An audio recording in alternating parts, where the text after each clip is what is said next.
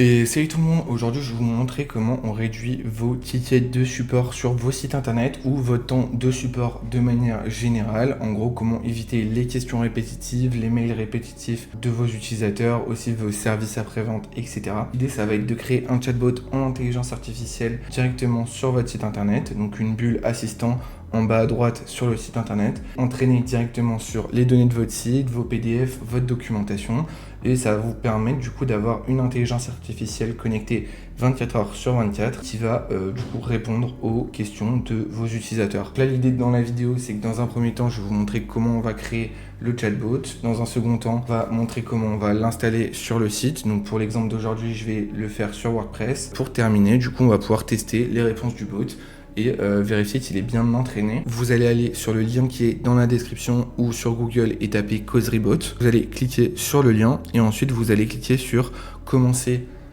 gratuitement. Ensuite, donc, soit vous créez un compte avec Google, soit vous créez un compte avec votre mail, vous confirmez votre mail et ensuite vous allez vous retrouver sur le tableau de bord de Causery.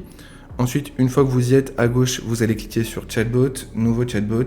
Moi, je vais prendre l'exemple du coup du support client.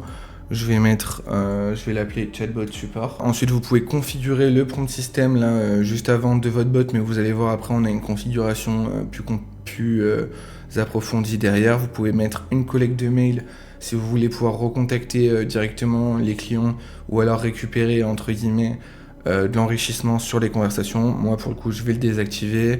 Ensuite, vous avez les différents modèles que vous pouvez activer pour les réponses du chatbot.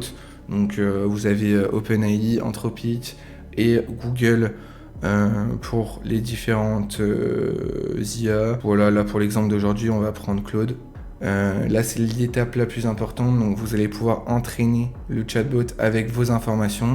Il y a 3 façons de le faire différentes. Il y a le prompt system, du coup vous pouvez rédiger à la main certaines informations et aussi un petit peu comment va se comporter le bot. Vous avez la base de connaissances PDF, vous allez pouvoir mettre toute votre documentation PDF directement en entraînement de bot, et vous avez le scrapping de page web où alors vous allez pouvoir du coup mettre l'URL de votre site internet sur lequel vous voulez mettre le bot ou l'URL de la documentation, et du coup ça va venir scraper le contenu des pages et entraîner du coup le bot avec les bonnes informations. Moi je vais venir utiliser l'outil de scrapping de page parce que c'est le plus simple, mais vous pouvez évidemment mettre des PDF ou alors coller directement en format texte dans le prompt system les informations que vous avez besoin de mettre pour entraîner le bot.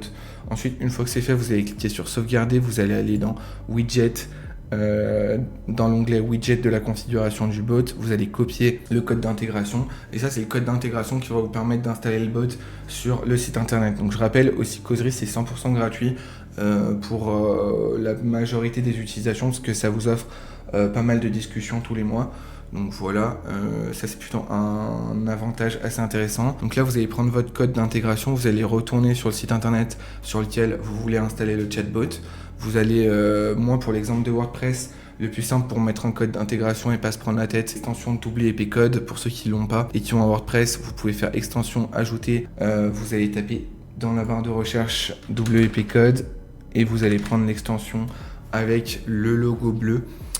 Juste ici, créé par Sayed Balki. Une fois que vous l'avez, vous pouvez aller dans extrait de code, juste ici, ajouter code HTML, extrait HTML, pardon, hop, vous collez le code d'intégration, vous le mettez en mode actif, vous enregistrez, et une fois que vous allez recharger la page d'accueil, vous allez voir que le chatbot est arrivé. Une fois que tout ça c'est fait, pour tous ceux qui n'ont pas de WordPress, à savoir du coup c'est un code d'intégration HTML, donc l'idée c'est par exemple de pouvoir accéder au code HTML de votre site ou au moins la partie header ou footer de votre site et coller le code d'intégration. Donc voilà, si vous savez pas comment l'intégrer, je ferai des tutoriels plus tard là-dessus, et n'hésitez pas aussi à demander dans les commentaires. Je n'hésiterai pas à vous guider pour intégrer le chatbot. Une fois que c'est terminé, du coup, on va pouvoir tester directement si le chatbot est bien intégré. Donc là, on va prendre l'exemple d'un restaurant. Du coup, j'ai pris l'exemple d'un restaurant. C'est peut-être pas forcément le meilleur exemple, mais ça se déroulera exactement pareil si vous avez par exemple une URL de documentation. Moi, par exemple, je vais demander les horaires du restaurant.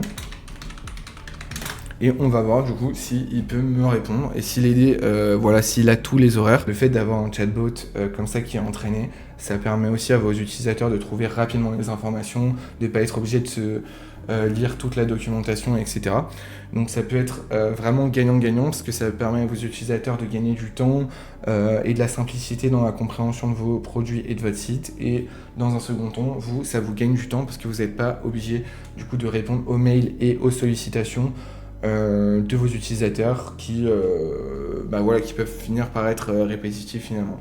Donc voilà, j'espère que j'ai bien fait le tour de la question. Si vous avez justement des questions, n'hésitez pas à les mettre dans les commentaires. Si vous avez aimé la vidéo, n'hésitez pas à me récompenser avec les likes et les abonnements.